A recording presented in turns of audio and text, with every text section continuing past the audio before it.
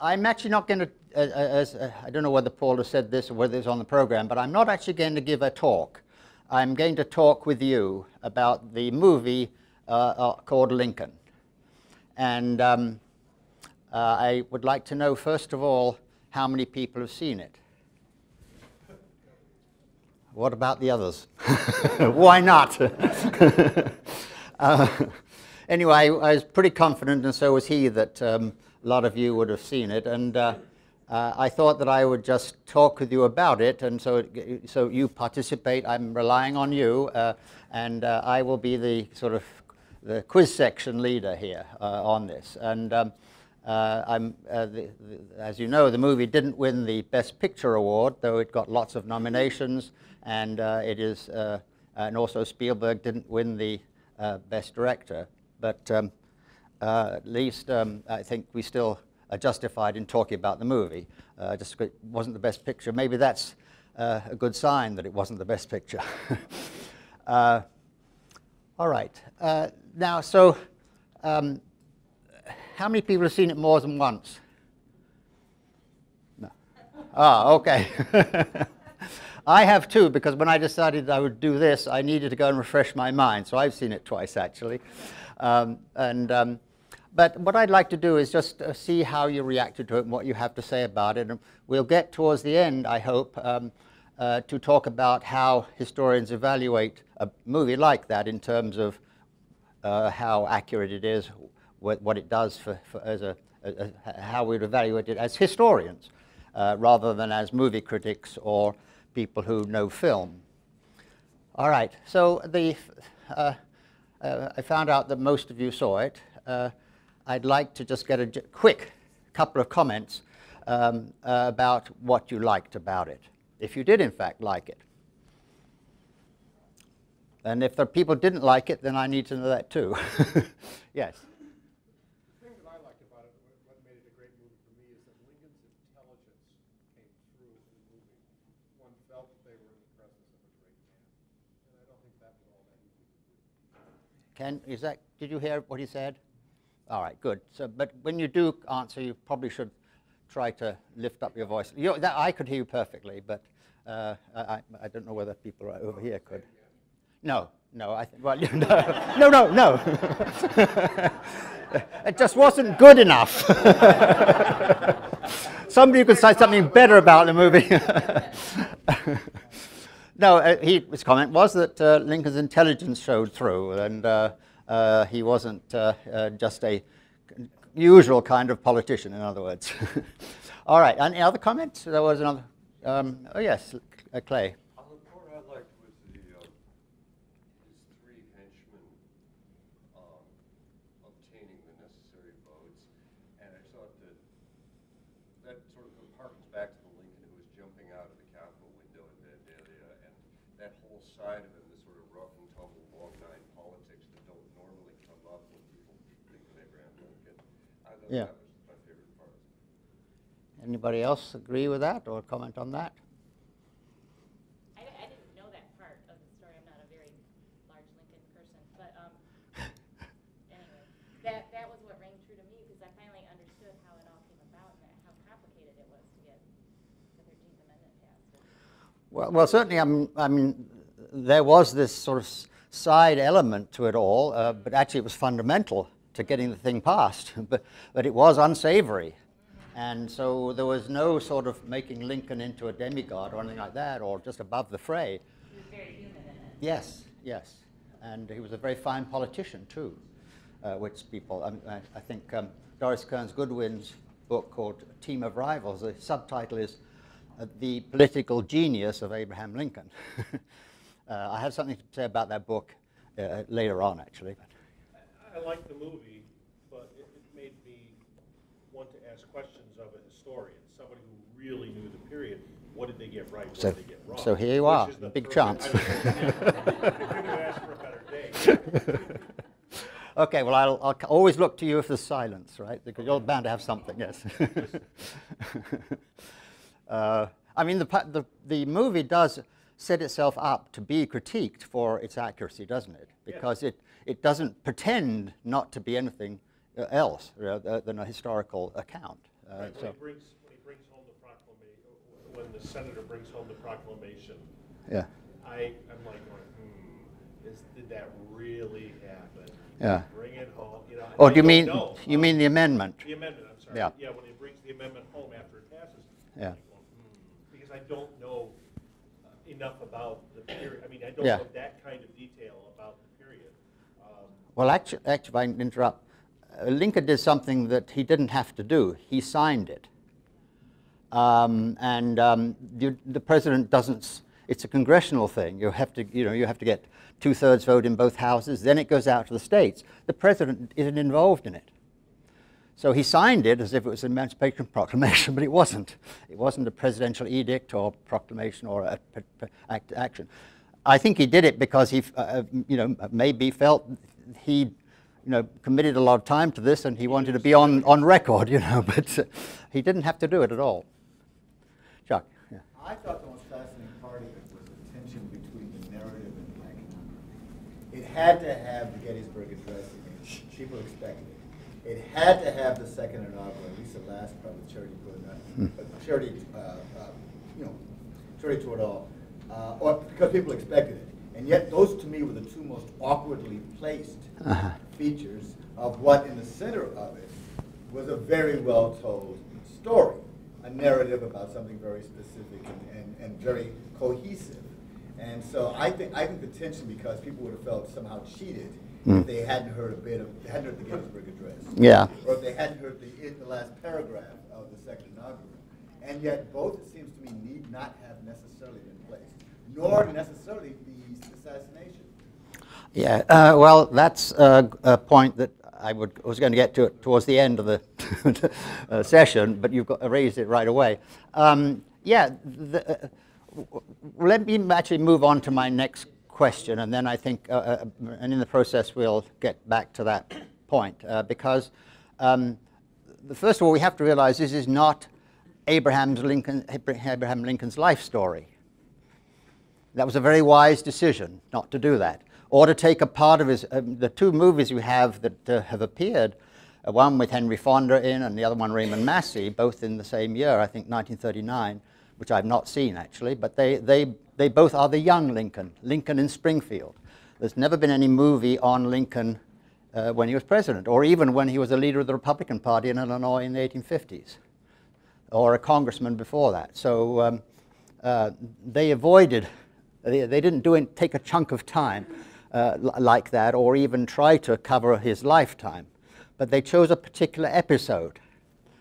And yes, Lee. Based on Carl Sandburg's work, it's a TV miniseries. It's several parts, and it does the whole thing. I wouldn't recommend it. Oh, okay. Well, thank. The whole story is available. You can buy it. Oh, so is that another? That's a television thing or a? TV Or? miniseries. It was. It was one of the first miniseries put together. Oh, And okay. in the 60s or 70s, it's like I think it's 6 or 7 parts, and it's like you said, the whole story. Yeah. But it's not a movie. Yeah. Oh, interesting. Lincoln novel. Oh, yes. Sam Waterston. Well, that was also that didn't go his whole life. He's so, so that's an exception. But I mean, the movie, if it did his life, would be another biography, and we've had plenty of biographies. In fact, in recent years, partly as a result of the founding of the Lincoln Prize, which you've probably heard of, a very well-endowed prize by two wealthy men who've done a lot for American history, Richard Gilder and Lewis Lerman are the two, and they've funded a whole lot of things that your students can go to, and you can go to actually as high school teachers, institutes they are actually. And David Brown Davis is involved in that, and so there's, anyway, the Lincoln Prize did generate a lot of activity in Lincoln biographies, and we had suddenly a slew of them. That's not necessary to do that for the moment anyway, because we know about Lincoln quite a bit. And so what did they choose to focus on, and why did they choose that? They being Spielberg and Tony Kushner, the writer of the movie. So what was the focus? This was a very limited or restricted, I say, rather than limited, a restricted approach. I've seen it 4 times, so I think I get a prize. Oh! But no, the whole brilliance of the film for me was this really tense race between getting the 13th Amendment approved by the Congress and the Peace Commission, and whether or not Lincoln was going to do. It seems to me it was the easier thing for him to have met with the Peace Commission and just let the 13th Amendment go till after the war was wrapped up. Yeah. He chose not to do that. Right. And that for me was for Lincoln as a great man, and also for the film as a great film. I think It was a risky move. choice. Yes, because you had to sort of tamp down the idea of bringing the war to a close, and that's at that point, and after 3 years, people are wanting to close it off somehow or other. But he knew if he did that, then he wouldn't get the amendment. And he had to get the amendment before peace, otherwise he wouldn't have any leverage. So it's a race against time, actually. You didn't quite answer my question, but you said you wanted to talk about, mention the 13th Amendment, right? That's so. What is the actual coverage of the movie? I mean, in terms of time and. Yes, it occurs in February of 1865. Lincoln's got 3 months to live. And so for him, and the war then ends before he dies. So this is, a very crucial moment. Now, how many of you know about the passage of the 13th Amendment in your study of American history or anything like that? How many historians know anything about the 13th Amendment and when it was passed and why it was passed? Very few. We all have gone from the Emancipation Proclamation to, of course, the amendment was just the next thing you do. And so what's the problem? What's the deal? And there wasn't a book on it until 2001. And I've got the book here, actually. Michael Vorenberg, who's at Brown, wrote a book called Final Freedom, the Civil War, the Abolition of Slavery, and the 13th Amendment, Harvard University Press publication. And it's very good. And I'm surprised that when the movie said this is based upon the book by Doris Kearns Goodwin, which it wasn't, that they didn't say, it is actually, most of this we know, and Tony got all this information from this book. Because I went through, I got the book out. I'd read it before, but I hadn't read it in this context. And some of the things that are mentioned are quite specific about, for example, the question of getting those votes for the amendment. That's in Vorenberg. And the quotes are there, too. The names are there. So that's the book that it's actually based on, though they don't say it. And I'm not accusing them of being deceitful necessarily, but I do think that Doris Kearns Goodwin's book is not at all what it was based on. Her book is about, called Team of Rivals. It's about Lincoln's cabinet in his first term, where she thinks he was very courageous in getting William Henry Seward and Stanton and these people to be in his cabinet. A neophyte like him should have had non-entities in there, right? Then he could have told them what to do. I noticed that Obama didn't put non-entities in his cabinet, even though he was a neophyte. But Lincoln didn't. And so that's what the book's mainly about. It's not about the 14th Amendment. And the reason why it was Steven Spielberg bought the rights to that book before the book was even written. And so he has an investment, an interest in promoting that book, which now is in the bestseller list again. So, yes. But when Tony was on Charlie Rose talking about the book and writing the script. Who was? Kushner, yeah. That essentially he basically said it was based on the Goodwin book, and that he collaborated with her as he was writing the script, that he would take the pieces of the script and show them to her to make sure he got it right. Well, maybe there's more in there than I thought about about the 13th Amendment, but basically the academic book is Vorenberg, and that was published before hers was, actually. So I don't know what to think. But anyway, the book that should have been used was Vorenberg, because that is the the scholarly book. And I assume that probably Kushner did do that. But. The writing actually, I mean, there have been some writing about this, about Warrenberg and the film that he's been cheated. Oh, And okay. they've been arguing that, in point of fact, Kushner did not know that the material that she was giving him was not her own, but that, in point of fact, it was Warrenberg. Here we go again. The credit that he deserves for providing the kind of detailed information that was certainly not in the team of rivals and that could only have been gotten from his mother's work. So that she's the person who did not disclose her sources as opposed to Tony Kushner. Well, yes, right. Well, I'm not going to go there because I think that I'm not going to make any public accusations or anything like that. But saying what other writers said. yes, right. Well, where was that discussion actually? At the New Republic. Oh, okay. Whose review was it, or an I article? don't remember offhand, but I can email you the... Yeah. The movie has been reviewed in a number of places, of course, by a New York Review of Books. The best one I read was in the London Review of Books, actually, by a guy who works for the New Republic, actually. And I've got the piece here, actually, but anyway, that was a very succinct and good, yeah. All right, let's move away from that, actually. But the point is the 13th Amendment has not, and its passage has not been pursued, really, as a historical problem. It was a matter of fact to just do it, you know. It automatically follows from a presidential edict which didn't have any legality or follow-through behind on it. So there would be challenges to that because it was a wartime action that might not have any relevance to peace. So anyway, so it focuses on that. And that is really a rather wonderful idea because it's something that people don't know anything about, historians as well as the cinema viewing public. And it is a very exciting story, actually, because it really was a sort of a race against time. And also, it required doing some things that do show something about politics then that sometimes is overlooked or ignored. All right, so, Chuck Brannon's point was that there's stuff on either end of this which doesn't need to be there. The Gettysburg Address sort of has to come in as a sort of nod in that towards that great declaration, and then not declaration but oration, and then the aftermath of the passage of the amendment in the House, and therefore the Senate did it the year before, so it's all taken care of at this point.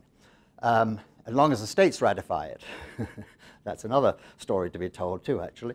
But anyway, so then going to Lincoln's assassination and so on, that was, I think, not necessary. I think it should have stopped before that and said, here's the moment of triumph. You don't have to go to Ford's Theatre. You don't have to bring John Wilkes Booth into this. He's had enough publicity already. And so just leave it there. It was unnecessary, I thought. But it was probably some feeling they had they couldn't just leave it for people who didn't understand or know about this episode, just to think it just hung there without any context. They needed to bookend it. All right. Now, I'd like to move on to more evaluative questions, actually. And the first one is, what do you think the sort of storyline of this movie is? In other words, what is the story they're trying to tell? And secondly, related to that, is what do they want us to make of it? What are we supposed to walk away from the movie thinking about? So the first one is, what is the story? We know the 13th Amendment is part of that story, a fundamental part of the story, but what is the story that there's more to the movie than just the amendment, actually? Yes? So I think the movie starts out with Lincoln in a particular situation, so there's circumstances that he has to deal with, and we're shown that there's an easy way he can go about it. There's the logical way, which is negotiating with the South, but instead he takes the noble road and does what it takes to get the 13th Amendment passed and gets the legacy that we remember him with. Oh, I think he's got something already, but yes, you're right, yeah. Of course, actually concluding the war with a peace settlement would be something to remember. Of course, the thing that, in Lincoln's case, that we have to, in terms of legacy, if he had lived, he would have had to have dealt with Reconstruction. And that, I think, was probably a problem that would have frustrated any president. Andrew Johnson handled it poorly, but Lincoln might have handled it better, but it was a huge problem. And Lincoln knew that you couldn't go into the Reconstruction problem with slavery still a question. And he was already preparing for Reconstruction, and it was going on during the war in parts of the South where the Union had occupation forces involved there, where they could create a government. Yes. I think it actually did a wonderful job of humanizing some people who've always come across to me as being rather ferocious or almost kind of villains, like Seward.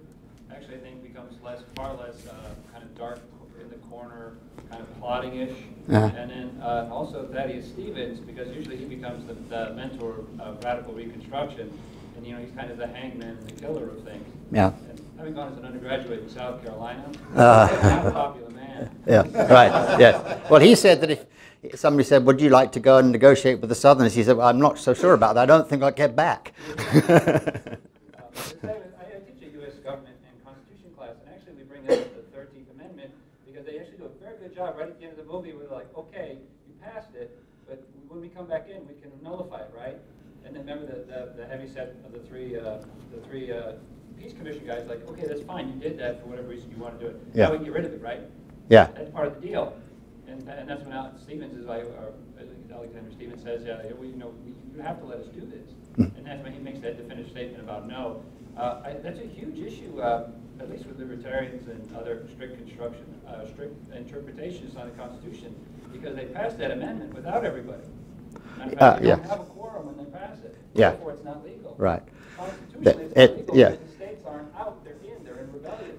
So a lot of that, I've had a lot of conversations with people about it. I don't think it's unknown in that case, but I think more constitutional people are very interested in it. Well, Johnson did say in his presidential Reconstruction, when he first initiated it, he said to the governors whom he'd appointed in the South that he wanted their constitutional conventions to consider the amendment.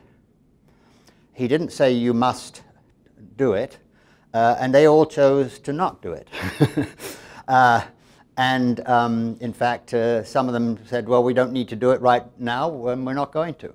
So we'll wait and see till somebody tells us to do it, and then we'll decide, make the real decision. And eventually, however, by the time that the Congress met, the 39th Congress in December and just after that, then the 13th Amendment did have to be ratified by the Southerners. And Georgia was the one that actually put it over the top. But some of them, I don't know, some of them I know didn't actually ever ratify the 13th Amendment because it wasn't necessary, that we'd already got the votes. We got enough states here, so we don't need you and you and you. And so that was left in a kind of constitutional limbo.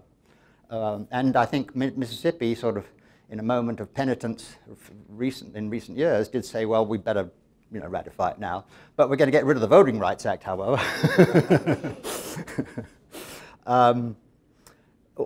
The 13th Amendment, by the way, there's an issue involved in that wasn't touched on in the film, and in a way there's no reason why they should have. What was the last time that the Constitution of the United States had been ratified? Before the 13th Amendment. You civics course teachers, what? It had been amended. Well, by an amendment had been ratified. So, we got the first 10 amendments. That's called the Bill of Rights, right? When was the last amendment to the Constitution? Something like 1805. Who's that? Yes, 1804, actually. That was the amendment that figured out what to do about a tied presidential election. The 1800 election nearly destroyed the country because the Federalists had candidates, and so did the Democrats. But they ran as, the top vote getter would be president, the second one would be vice president. But there weren't separate offices in the campaign. And Burr and Jefferson ended up with exactly the same number of votes. And that was a constitutional crisis of enormous proportions. And it was resolved, and, but then the Congress said, we've got to amend the Constitution, and they did. It took them a long while. They didn't do it until Jefferson was running for election again. And that was the last amendment, the 12th Amendment. The 11th Amendment was the one which said the Supreme Court can't adjudicate suits between one state and another. That was the 11th Amendment. And that was in 1794 to, I'm not sure, in there anyway. And that was an afterthought kind of amendment. But from 1804 through the Civil War, the Constitution had not been amended. And there's a strong body of opinion in Congress and among lawyers that this Constitution should never be amended. It's fine. And what was at stake in the 13th Amendment discussion, which wasn't in the movie, is that a lot of people said, I don't like the idea that we're amending the Constitution. It is an unamendable Constitution. We did what we had to do right at the very beginning to make it work. Now it simply is not to be amended, not to be changed. So by pushing for the 13th Amendment, which actually didn't have to do anything with anything in the Constitution, because slavery itself was never mentioned in the Constitution, except by circumlocutions that indicated species of property and things like that, or persons held in bondage or something.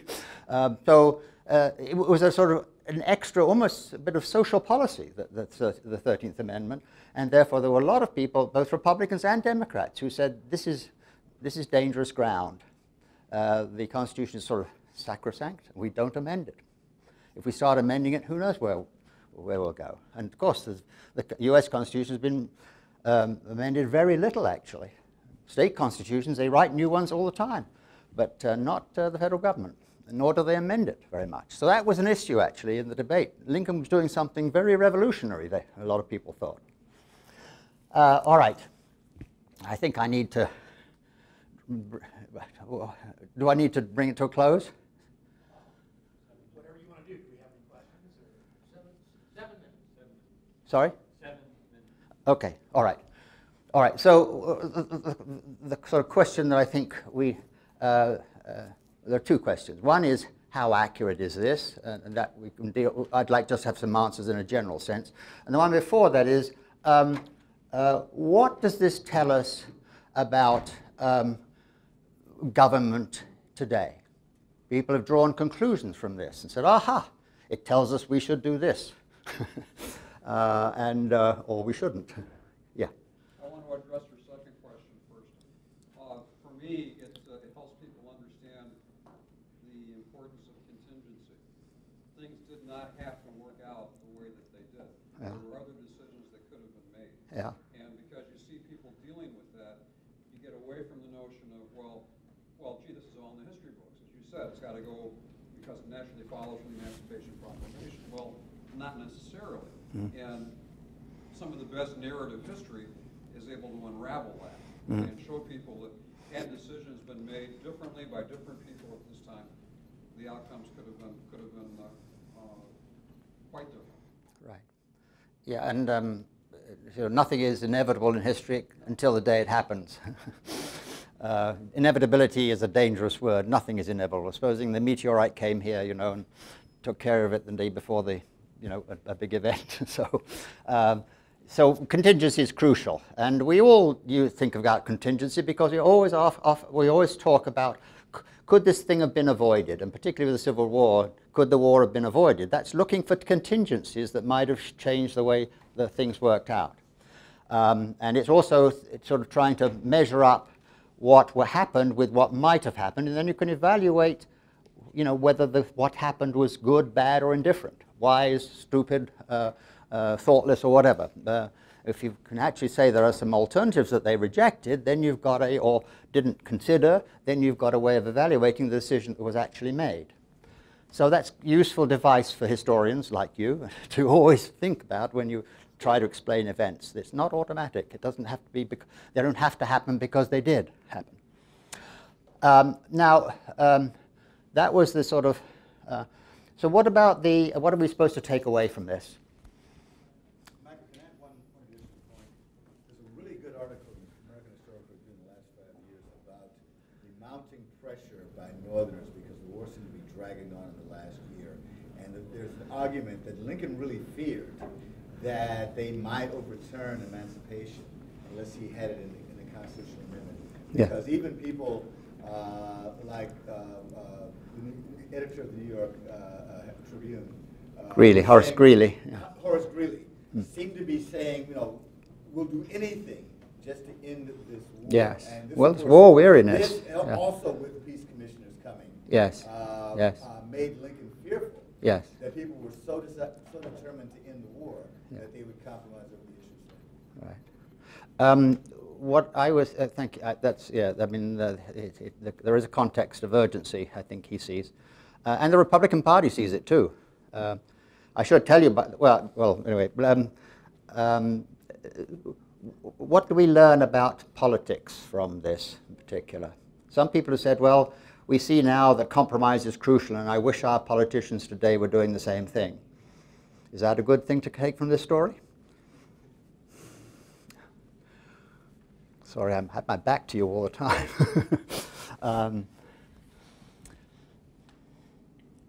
Do you think this is all about the importance of compromise? And do we see compromise happening? I thought it showed a bit of sometimes a strong leader might have to do things that are a little outside standard practice because you kind of can see the bigger vision. He had to, deceive the Congress a bit about the peace commissioners and their status. I do not believe that. Yeah, that's a little white lie that he told. Oh, there are no commissioners in Washington. Oh, there might be in Norfolk, but not in Washington. On their way to Washington, and that's a slight. I mean, that is a white lie, and that's part of being a skillful person in public relations, personal relations, actually. You can't tell everybody everything all the time. All right. So, yes, there are. It deals with politics in a realistic way. Is that what I think? What you're saying, that, and you have to do things that you would rather not do in order to get what you need. And there's a great quote which is attributed to Thaddeus Stevens, though it's only. We don't know whether he actually said it, but it's made a big deal of, which is that this, the amendment was passed with corruption, aided and abetted by the purest man in America. Now, I think whether Stevens said that or not, and it's very disputable he said it like that, but the idea was there. I think Stevens is articulating something that the film was trying to say. Lincoln is a admirable man in all sorts of ways, but don't think he's therefore pure, ideal, worshipable, demigod. He's down in the pit, the academic pit or the political pit, getting his hands dirty. Now, there's no bribery directly attributed. No money exchanges hands, and Vorenberg says that we don't have any evidence that money went to anybody who voted for the amendment. But he does certainly, that's a very seedy side of politics, and they're not frightened about talking about it. And I think it's a good lesson for people, actually.